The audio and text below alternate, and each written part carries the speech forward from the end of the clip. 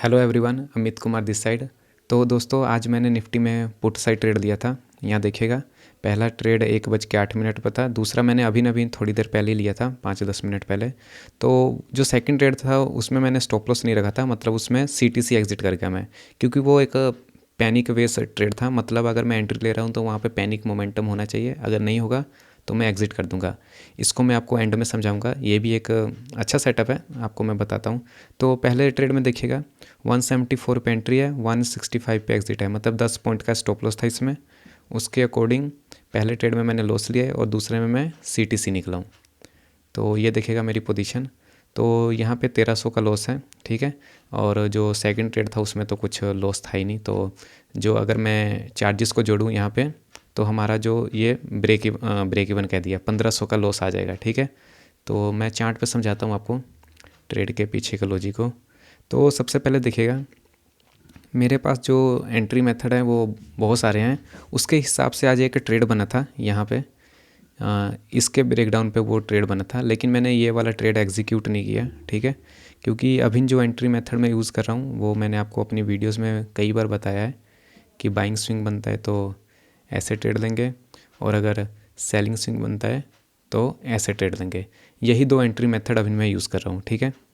तो अभी नहीं, ये क्योंकि यही आजकल काम कर रहे हैं। पहले मैं ये वाला एंट्री मेथड यूज़ करता था जो मैंने अभी आपको बताया, यहाँ पे एंट्री लेना। लेकिन इसमें फरवरी मंथ में बहुत सारे स्टॉप लॉस हिट हुए थे, तो मैंने इसको अभी छोड़ दिया था। शायद अब इसको भी देखते हैं।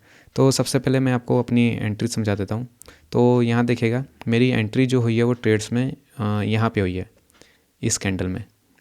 ये जो रेड कैंडल देख रहे हैं आप इंडेक्स के चार्ट में, और प्रीमियम में देखिएगा वहाँ पे एक ग्रीन कैंडल बनी है, ये देखिए। तो यहाँ पे एंट्री देखिए, 174.85 पे एंट्री है और एग्जिट है 165 पे। मतलब देखेंगे तो 10 पॉइंट का स्टॉप लॉस है और 30 पॉइंट का टारगेट है, ठीक है। तो हमने अपने रिस्क रिवॉर्ड के अकॉर्डिंग प्रॉपर एंट्री और एग्ज़िट किया है, ठीक है। और जो सेकंड ट्रेड था वो मैं आपको एंड में बताता हूँ। पहले मैं इस ट्रेड का लॉजिक बता दूँ कि यहाँ पे हमने क्यों एंट्री बनाई थी। तो चलते हैं जूम आउट चार्ट पे। तो ये देखिएगा, सबसे पहले आपको तो पता ही है मार्केट का ट्रेंड क्या है, बेरिश है, ठीक है। बेरिश ट्रेंड है।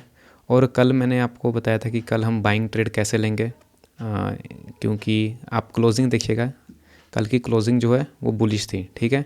तो आज मेरा जो व्यू था ना वो बुलिश था, इसलिए मैंने जो बेरिश ट्रेड है यहाँ पे नहीं लिया था।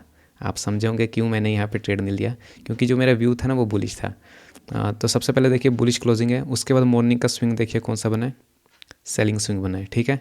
तो मैंने आपको कल क्या बताया था कि कल बाइंग ट्रेड कैसे बनेगा, या तो बाइंग स्विंग बनेगा तो ऐसे ट्रेड लेंगे, और अगर सेलिंग स्विंग बनेगा तो ऊपर जाएगा तो ये बिहेवियर पर ले लेंगे, और अगर नीचे से लेना है तो डब्ल्यू पैटर्न पे ऐसे ले लेंगे, ठीक है।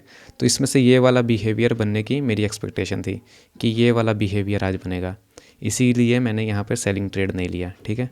तो क्योंकि बुलिश ओवरव्यू था ना, इसलिए मैंने यहाँ पर बुलिश ट्रेड ढूंढ रहा था कैसे।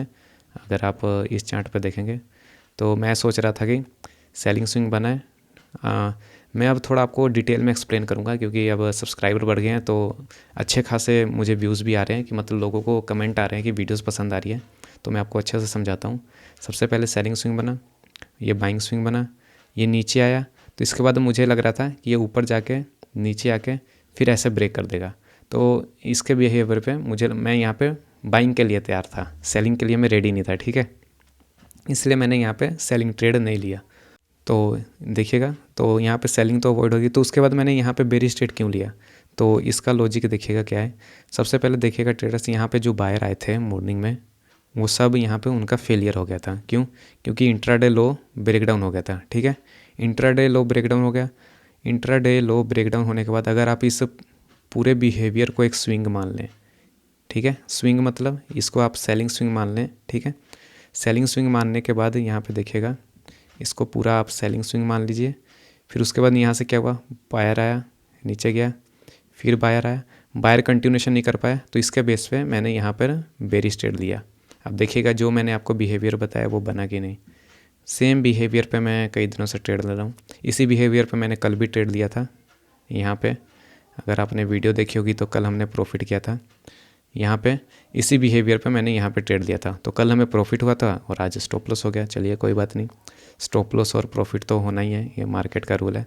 तो देखिएगा यहाँ पे कैसे बनाए, मैं आपको यहाँ पे ड्रॉ करके दिखाता हूँ। ये देखिए, इस पूरे बिहेवियर को हम सेलिंग स्विंग मान लेते हैं, ठीक है। ये सेलिंग स्विंग, फिर यहाँ से बायर ऊपर ले गया, फिर सेलर नीचे आया, फिर बायर ऊपर ले गया, फिर बायर ऊपर कंटिन्यू नहीं कर पाया, ये ब्रेकडाउन। तो इसके बेस पे मैंने यहाँ पे एंट्री बनाई थी, ये स्पॉट ब्रेकडाउन पे यहाँ पे एंट्री थी मेरी, ठीक है। अब मैं इसको आपको निकाल के दिखाता हूँ। ये पीली लाइन पे एंट्री थी, ये देखिए, ये बिहेवियर बनाए, एम पैटर्न बनाए कह सकते हैं।